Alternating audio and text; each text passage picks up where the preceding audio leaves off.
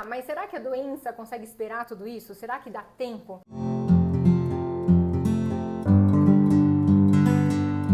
E aí, minha gente, tudo bem com vocês? No primeiro episódio do Vamos Falar de Saúde, eu trouxe a ilustre convidada, a doutora Érica Maia, médica psiquiatra. Eu e a Érica, a gente se conheceu na empresa de saúde que trabalhávamos e nós nos apaixonamos uma pela área da outra. E hoje eu vou fazer algumas perguntas para a Érica, que são perguntas que advogados geralmente têm relacionadas à psiquiatria. O paciente ele pode se recusar a tomar medicamentos prescritos? E como o psiquiatra deve agir nesse caso? Isso é muito comum, não só pode, mas acontece, né? Então as pessoas podem fazer o que elas quiserem, no final das contas, e isso é muito comum de acontecer. Então tem várias formas da gente conseguir entender qual que é a gravidade disso, ou até onde o paciente pode ir, ou até onde o médico pode ir num cenário como esse. Então, quando um paciente não está afim de tomar remédio, ele tem uma condição de saúde com indicação de uso de medicamento, mas ele não está afim, ele não quer, tem várias coisas que a gente pode fazer no meio disso. Primeiro, a gente pode tentar fazer o tratamento sem medicamento. Então, será que aquela doença, aquela condição, aquele transtorno permite que o tratamento seja feito sem medicamento? Mudanças de estilo de vida, alimentação, atividade física, terapia. Será que com todas essas ferramentas não farmacológicas a gente consegue fazer o tratamento? Então, tudo bem. Então, vamos tentar fazer o tratamento sem remédio. Esse é um ponto. Outro ponto, vamos continuar o acompanhamento e o médico consegue fazer um trabalho que a gente chama de entrevista motivacional, que é quando a gente está motivando o paciente para mudança de comportamento. Então o paciente continua vindo na consulta, continua passando com o médico, sendo reavaliado, sendo acompanhado, e o médico trabalha a motivação desse paciente para eventualmente ele aceitar o medicamento.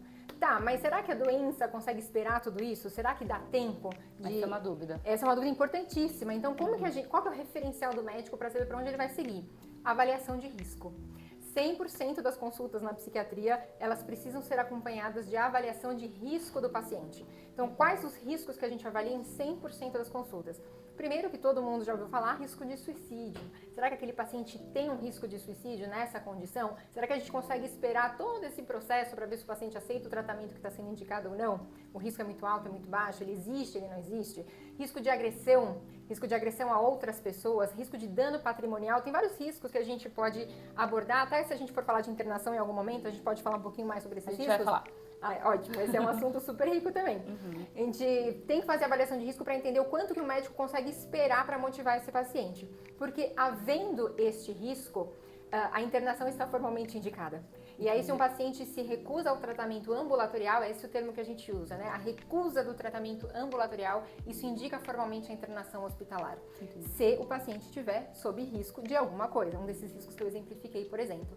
Não havendo risco, sendo um quadro mais leve, que você consegue fazer o tratamento não farmacológico, consegue esperar para motivar o paciente ao longo das consultas, você pode fazer nesse formato, mas ele recusando, estando sob risco, a indicação de internação está formalizada. Em determinado momento, se não tem risco também e o paciente não quer se motivar, o paciente não quer fazer nada, o médico também pode se aproveitar do direito dele de falar, então também não vou te atender. Né? Autonomia da vontade do médico. Exato, você está vindo aqui então para quê, né? Se você não quer tratar, se você não quer fazer nada. Então, não havendo esses riscos, o médico também consegue, passa com outro profissional, faz o que você quiser da sua vida, mas eu não vou conseguir te ajudar, né? Se você não seguir o que eu estou te orientando. Também tem um pouquinho desse lado também. Muito interessante. Agora, como você acabou falando de internação, eu vou puxar Ótimo. o gancho para a pergunta de internação, Beleza. que é quais são os tipos de internação que existem e se existe algum ponto de atenção que você queira destacar nesse contexto. Hoje, a psiquiatria trabalha com 3 tipos de internação. A gente fala, primeiro tem a opção da internação voluntária, que é o paciente entende que ele precisa, entende que ele está adoecido, entende que ele está sob risco de alguma coisa e aceita, muitas vezes até pede para ser internado. É internação voluntária. O paciente que interna voluntariamente, ele também pode sair a hora que ele quiser. Ele não precisa esperar a alta do médico para sair. Então, se do nada o paciente mudar de ideia e falar, quero sair daqui, não quero continuar internado, ele pode, ele internou voluntariamente. Beleza, essa é uma situação. A outra situação, que é até mais comum de acontecer na psiquiatria, é a internação involuntária. Involuntária contra a vontade do paciente. Essa é polêmica. Essa é super polêmica e é a mais comum de acontecer na psiquiatria. A internação involuntária, o que acontece? Vou trazer uma informação a mais aqui, né? Existe uma lei chamada 10.216, esse é o número da lei, que versa sobre os modelos de internação. Dentro dessa lei está especificado ali sobre a voluntária, involuntária e a compulsória, que eu já vou começar a falar aqui na sequência, e especifica que toda internação involuntária o serviço de saúde precisa comunicar ao Ministério Público em até 72 horas. E o Ministério Público explicita quais são todas as condições que justificam uma internação e o motivo da involuntariedade.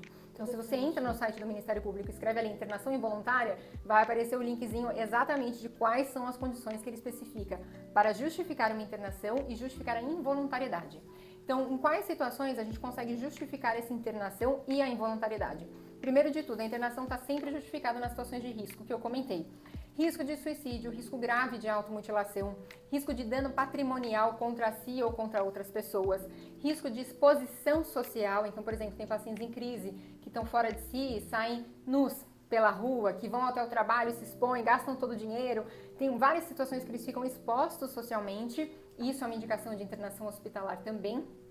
E se o paciente se recusa ao tratamento ambulatorial estando sob esse risco. Porque é importante até fazer uma ressalva que a internação ela é sempre o último recurso. Tá. Ele nunca vai ser o primeiro recurso terapêutico, ele é sempre o último. Vamos tentar de tudo antes de internar um paciente. Então, chegou numa situação em que foi tentado de tudo, aí vai internar. Tanto que uma das indicações que consta ali descrito pelo Ministério Público é falta de recursos extra-hospitalares suficientes para garantir o tratamento, e isso é uma indicação de internação hospitalar. Então, tá tudo muito bem descrito, tem todas as indicações muito bem descritas, mas o que vai garantir a involuntariedade nesse caso? O paciente tem que, de forma muito simplificada, não ter noção do que está acontecendo, que é o que a gente chama de falta de crítica. Então, eu posso ter um quadro depressivo agora e entender que eu tenho um quadro depressivo, e entender que eu estou com risco de suicídio, e que eu estou com risco de perder a minha própria vida e entender que eu preciso de um tratamento. Mas eu posso ter um quadro psicótico, que é o termo que a gente usa, de quando um paciente quebra com a realidade, por exemplo, está ouvindo vozes, acredita em coisas que não são reais, os quadros psicóticos, que pode estar pensando um monte de coisa que não é compatível com a realidade e está sem condição nenhuma de entender o que está acontecendo com ele ou a indicação dele precisar ser internado porque ele está muito violento, porque ele está se expondo ou porque ele está causando prejuízo. Tem também prejuízo à ordem pública, uma das indicações também. Então, esse paciente que não está entendendo o que está acontecendo, que é o que a gente chama de falta de crítica do próprio quadro, é o que justifica a involuntariedade na maioria das vezes. Então, tem todas essas indicações muito bem descritas. Às vezes parece vindo de fora que pode ser uma coisa muito subjetiva, né? Interna ou não interna, mas a gente vai sempre fazer. Qual que é o passo a passo, né? Tenta de tudo que não seja internação. Se nada mais funcionou, havendo a manutenção daqueles riscos, está plenamente justificada a internação hospitalar. Então, se o paciente entende e aceita, voluntário. Se o paciente não aceita, involuntário, e é o responsável pelo paciente, assina junto com a instituição essa internação desse paciente. E existe também a internação compulsória, e aí quem manda é o juiz, não é nem mais o médico. Então, o juiz mandou internar, vai internar. Não tem escolha. Não tem escolha, o médico não tem dizer nenhum sobre isso, inclusive sobre a alta. Então, um paciente que foi internado compulsoriamente, ele pode receber eventualmente a alta médica e não ser deshospitalizado. Porque daí ele só vai sair fisicamente do hospital, ser deshospitalizado, quando o juiz autorizar. Então, essa é a internação compulsória, quando o juiz mandou e o juiz tira, o médico também não tem a dizer sobre isso. Claro que eu imagino, né, que os juízes só indicam isso e só dão a deshospitalização a partir de relatórios médicos, indicações formais. Mas a família pediu? A família pediu. Entendi. Nesses casos, a família pede. E leva o relatório médico, leva, enfim, tudo de documentação que a família teria acesso ali do paciente naquele momento para justificar a necessidade. O juiz faz essa indicação, normalmente acaba sendo dessa forma. Mas o resumo da história é que o juiz põe e o juiz tira no final.